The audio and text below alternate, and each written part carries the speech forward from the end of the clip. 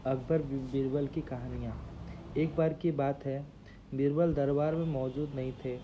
इसी बात का फ़ायदा उठाकर कुछ मंत्रीगण बीरबल के खिलाफ महाराज अकबर के कान भरने लगे।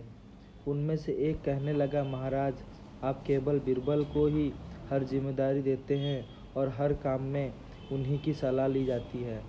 इसका मतलब यह है कि आप हमें अयोग्य समझते हैं। मगर ऐसा नहीं है, हम भी बीरबल जितने ही योग्य हैं।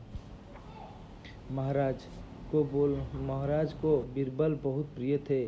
वो उनके खिलाफ कुछ नहीं सुनना चाहते थे, लेकिन उन्होंने मंत्रीगणों को निराश न करने के लिए एक समाधान निकाला। उन्होंने उनसे कहा, मैं तुम सभी से एक प्रश्न का जवाब चाहता हूँ, मगर ध्यान रहे कि अगर तुम लोग इसका जवाब ना दे पाए तो तुम सबको फांसी की सजा सुनाई जाएगी। दरबारियों ने झिझक कर महाराज से कहा, ठीक है महाराज, हमें आपकी यह शर्त मंजूर है, लेकिन पहले आप प्रश्न तो पूछिए। महाराज ने कहा, दुनिया की सबसे बड़ी चीज़ क्या है? यह सवाल सुनकर सभी मंत्रीगण एक दूसरे का मुंह ताकने लगे। महाराज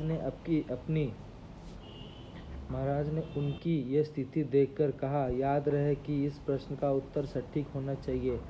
मुझे कोई भी अटपटा सा जवाब नहीं चाहिए। इस पर मंत्रीगणों ने राजा से इस प्रश्न का उत्तर देने के लिए कुछ दिनों की मोहलत मांगी। राजा भी इस बात के लिए तैयार हो गए।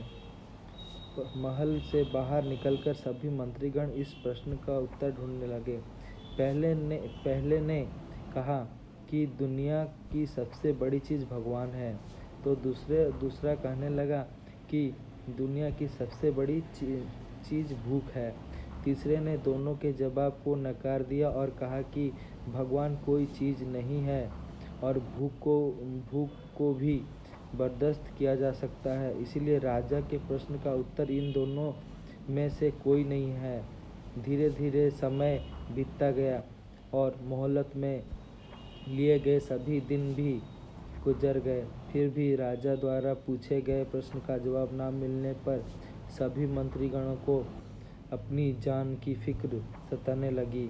कोई अन्य उपाय न मिलने पर वो सभी बीरबल के पास पहुँचे और उन्हें अपनी पूरी कहानियाँ सुनाई। बीरबल पहले से ही इस बात से परिचित थे। उन्होंने उनसे कहा, मैं तुम्हारी जान बचा सकता हूँ, लेकिन तुम्हें वही करना होगा जैसा मैं कहूँ। सभी बीरबल की बात पर राजी हो गए।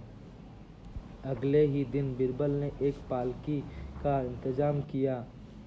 उन्होंने 2 मंत्रीगणों को पालकी उठाने का काम दिया। तीसरे ने अपना हुक्का पकड़वाया और चौथे से अपने जूते उठवाए और स्वयं पालकी में बैठ गए। फिर उन सभी को राजा के महल की ओर चलने का इशारा दिया।